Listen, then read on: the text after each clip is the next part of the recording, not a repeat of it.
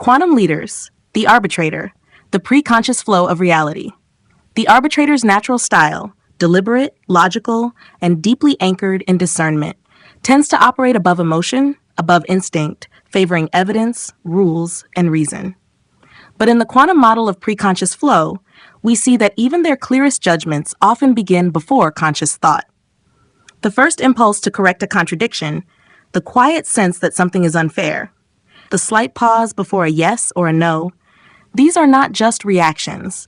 They are preconscious signals from the field. The arbitrator doesn't just arrive at fairness through logic. They tune into it through subtle, intuitive precision, long before they can justify it. With a motivation direction of away from, the arbitrator is always scanning for what's off. But often, their sense of offness appears before there's any data. A tension in the room. A line in a contract that feels wrong, even if it checks out. The preconscious speaks not in proof, but in pattern disruption. When the arbitrator learns to pause and feel that nudge, instead of overriding it for being non-rational, they become exponentially more accurate. They act before breakdown, not after. Their attention focus on self means they listen to their own inner meter. But the deepest meter operates beneath articulation. The arbitrator often knows what's right before they can explain why. A verdict lands in their body before it forms in their mouth. Their greatest clarity arises when they give that subtle knowing room to surface, not rushing to the rule book, but listening for the tone of truth first. With an internal frame of reference, they trust their frameworks. But frameworks are downstream from field intelligence. The arbitrator becomes a quantum leader when they ask, what do I know here that I can't yet prove? Instead of waiting for data to justify intuition, they design systems that allow early sensing to inform formal logic. That's when their justice becomes proactive rather than reactive. Their procedural operational style favors consistent structure. But some of their most vital decisions begin when a step feels subtly wrong, even if it should work. The arbitrator evolves when they learn to hold that feeling with care. Is this protocol right for this moment? What is this resistance trying to show me? When they build pause points into their structures, they allow preconscious course correction to refine the system in real time. Their specific viewpoint enables fine-tuned observation. But the preconscious operates not in what is seen, but in what is felt around the edges. A client says the right words, but their eyes contract. A team agrees, but something in the room closes. These aren't distractions. They are access points to deeper clarity. When the arbitrator learns to include the invisible in their reading of the situation, their judgments become quietly profound. With a solo work preference, they often arrive at conclusions in silence. That silence is sacred space for the preconscious to speak. A whisper of no before the mind says yes. An image, phrase, or concern arising during a walk or shower. These are not inefficiencies. They are portals into deeper knowing. When the arbitrator makes room for these unbidden signals, they stop ruling by pattern and start leading through intuition-fortified logic. Their emotional engagement is dissociated. They avoid letting emotion steer their decisions. But the preconscious often speaks through emotion, not in loud feelings, but in subtle somatic shifts, tightness, stillness, warmth. When they stop dismissing emotional impressions as noise and instead treat them as data channels, their objectivity becomes multidimensional, informed by heart, not hijacked by it. As matchers, they look for what has worked before. But what's emerging now often has no historical precedent. Their first access to new justice models comes not from logic, but from an inward sense of what feels right, even if it hasn't been done yet. When they start to prototype from subtle resonance, they build policies that don't just repeat the past, they invite a more ethical future. Their through-time orientation gives them long-range structure. But the preconscious does not speak in timelines. It speaks in moments. Now, pause, not yet, here. When the arbitrator learns to feel into timing, not just schedule it, they begin to act in alignment with the moment's readiness. Their pacing evolves from efficient to elegant, and with a primary drive of things, they crystallize decisions into form. But before the document, before the decree, there was a moment of knowing, The arbitrator, who learns to trust that moment as the seat of justice, begins shaping systems that are not just technically fair, but energetically aligned. Their outcomes begin to feel inevitable, not because they followed steps, but because they followed the field. In this lens, the arbitrator stops treating fairness as something they deduce, and begins to realize it is something they tune into.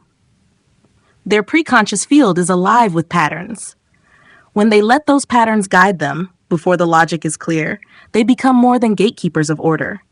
They become listeners of the ethical field. In doing so, they become trusted not just for accuracy, but for timing, tone, and truth felt before it's seen. Quantum leaders, the arbitrator, you are the tipping point. The arbitrator's natural style, principled, composed, and structurally exact, often places them in the role of evaluator, clarifier, or final decision maker. Yet under the quantum principle, you are the tipping point, their influence transcends their function. In systems on the brink of confusion, mistrust, or indecision, it is often the arbitrator's single action, word, or withheld judgment that moves the collective field from friction to clarity. They may not initiate revolutions or lead with fanfare, but when the arbitrator moves, the system often realigns in response. Their centered discernment becomes catalytic. With a motivation direction of away from, the arbitrator instinctively prevents dysfunction. But the quiet shift from critique to choice is often what changes the game. When they don't just spot the flaw, but name the necessary adjustment, others follow. Their commitment to clarity becomes the anchor point for momentum. The system tips toward resolution not because the arbitrator forced it, but because they articulated what was real right when it was needed. Their attention focus on self offers internal stability. When confusion clouds the field, their clear inner compass becomes the field's north star. Others often wait, consciously or not, for the arbitrator to weigh in. When they finally speak, move, or render a decision, the indecision breaks. What was floating becomes grounded. They don't move first. They move with weight. That's what tips the scale. With an internal frame of reference, they trust their own logic.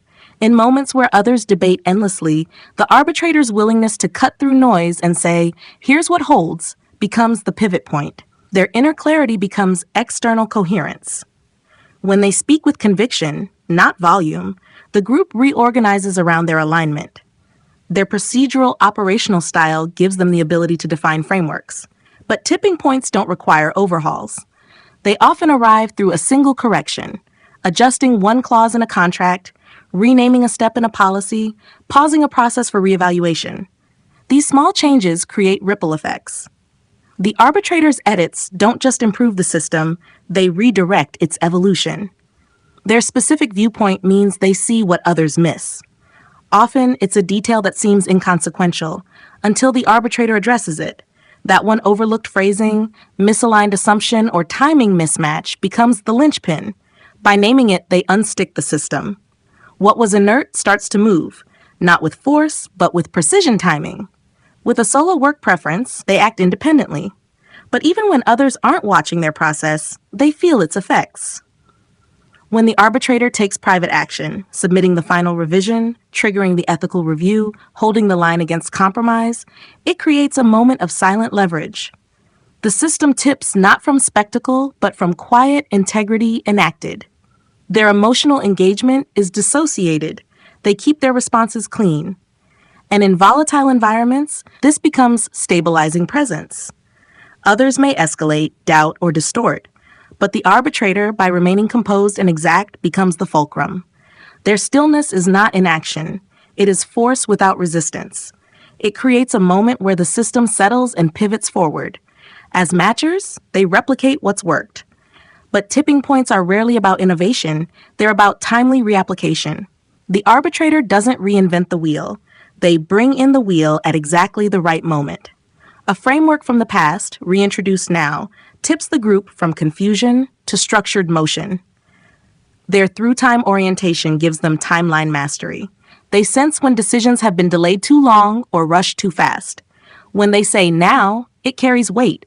Their sense of timing becomes the turning point. When they move, the group realizes it's time to move. And with a primary drive of things, they seek resolution in the tangible. But their deliverables, an approval, a protocol, a decision, carry more than closure. They carry finality that frees energy.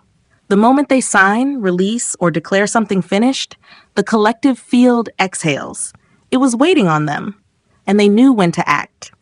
In this final lens, the arbitrator is revealed not as someone who oversees movement, but as the one whose alignment determines whether movement happens at all. They are not the loudest. They are not the first. But when they move, with clarity, timing, and presence, the system tips. Not because they imposed control, but because their decision encoded truth. And when truth is named, everything else organizes. That's when the arbitrator becomes more than a judge. They become the quiet hinge of collective momentum.